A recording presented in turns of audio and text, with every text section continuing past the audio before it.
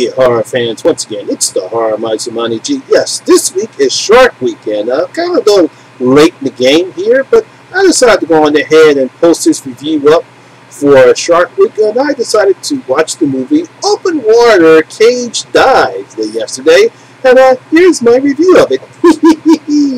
Now, Open Water 3 Cage Dive is a 2017 found footage shark horror movie. It was written and directed by Gerald Rascanato. I think I mispronounced that one. It stars Joe Hogan, Josh Potoff, and Megan Peta Hill. Now, this is the third in the Open Water series. Now, the second one had no sharks in it and was rather stupid. But the first one was pretty good. This one they decided to bring back the sharks in this one, and here's what I have to say about Open Water 3 Cage Dive. Now, we have three friends who decided to head to the Australian coast to participate in a cage dive encounter with great white sharks. However, when a freak wave suddenly destroys their boat, they find themselves floating in shark-infested waters with a bunch of hungry sharks, and they have to do what they can in order to survive before they become the next meal for those sharks. And people wonder why I don't go in the ocean anymore. Now, after the disaster that was Open Water 2, it didn't even have any sharks in that one. It was kind of boring and redundant. We're back with a similar premise that we have in the original first movie, Open Water. This time we have two brothers, Jeff and Josh, along with Josh's girlfriend, Megan, who decided to go into a shark cave encounter in Australia. Now, in this particular one, a freak wave tosses their boat overboard, and the three find themselves floating in the ocean with sharks on their tails. Now, I'll give the filmmakers credit for coming up with a decent idea to have one of the brothers filming this encounter for about 2/3 of the movie, and they seem to pull it off. I mean, it was very good. The sharks look real. We get some nice shots of the Australian waters. We have this nice sunset. But then a very, and I do mean very dumbass decision was made, and the film just takes a nosedive after that, and we're left with characters we don't care about. I mean, like I said, at least the sharks look real, and they do create some tension and suspense, but even with the secret that Megan is keeping from Josh and that dumbass decision, the audience doesn't have anyone to pull for, and the film just falls flat on its face. Now, as we say again, we have brothers Jeff and Josh Miller, and along with Josh's girlfriend, they decided to enter an extreme sports video contest where the winner will win $100,000. In order to win this contest, they decided to participate in a shark cage encounter and will film the experience. They decided to go to Australia because they have a cousin that lives there. And after they visit the cousin, they head over to the west coast side of Australia and decide to participate in where the shark cave encounter is being done. However, during their time in the cage, a freak wave hits the boat. It capsizes it everywhere, spilling everyone off the boat, and also spills Jeff, Josh, and Megan out of the cage into the open water. All of all the sharks! Oh man, this is not good. Now, to be honest, the original film for this one was simply called Cage Dive. That was it. It had nothing to do with open water. But after the failure of Open Water 2, I'm assuming the filmmaker decided to add the open water tag. I guess they thought this would make this more appealing. You know, I don't know if this film was supposed to be similar to 40 Meters Down, and that film became a success. That could be the reason why they added the open water on it, because of 47 Meters Down. But they decided to add the open water tag onto this. Now, the film looks good. Even for a found footage movie, I mean, you get some nice, decent shots. I mean, we don't get the shaky cam at the beginning of the film. We have this nice introduction with the characters. We see Josh and Jeff and Megan. We get some good introductions for this particular film. The filmmakers also decided to go for a documentary style setting here, using news reports and interviews in between the filming that Jeff was shooting.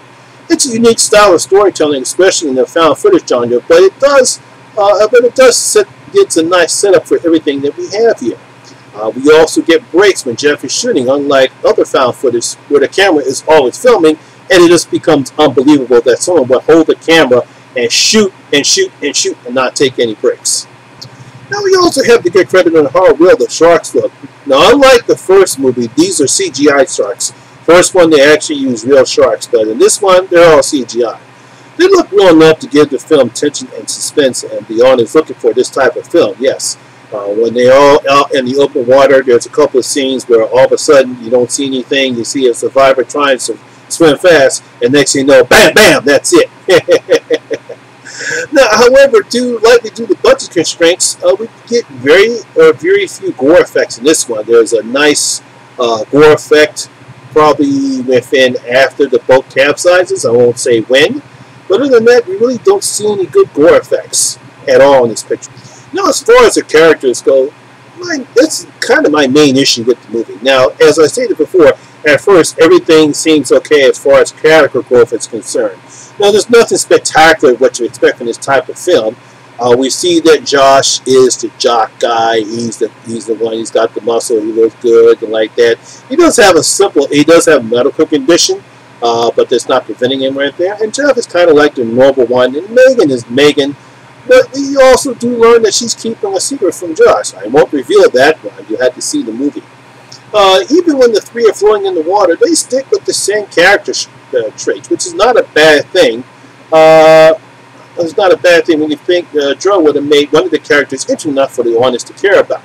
Because that's kind of the problem. It's like he doesn't add anything else to these characters other than their typical character traits. So we're just, okay, that's nice, but we want to be able to prove for somebody, but that's okay. It's like, you know, it is what it is when it comes to this particular type of movie. Then, unfortunately, a very, and I do mean very, dumbass decision was made. And you'll know it when you'll see it. I'm not going to say when. And the film just takes a nosedive, and the audience is left with three annoying characters. And then we really don't care if anyone survives. I wouldn't be surprised if people start pulling for the sharks to attack them.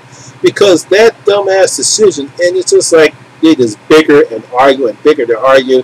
And instead of just wanting to have any of the characters survive, we don't care if any of them survive. That's my reaction I have after that dumbass decision was made.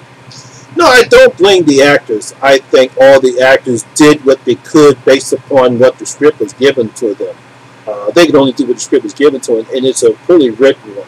Now, I give Joe credit for doing a good job for setting this up, and it would have been an okay film if it wasn't for that dumbass decision. You screwed this up, oh man! Otherwise, this would have been an okay film. So, despite the good setup and the sharks look real, this film fails due to the script Joe has written and the characters no one cares about, or even to pull this off, and the shit hits the fan.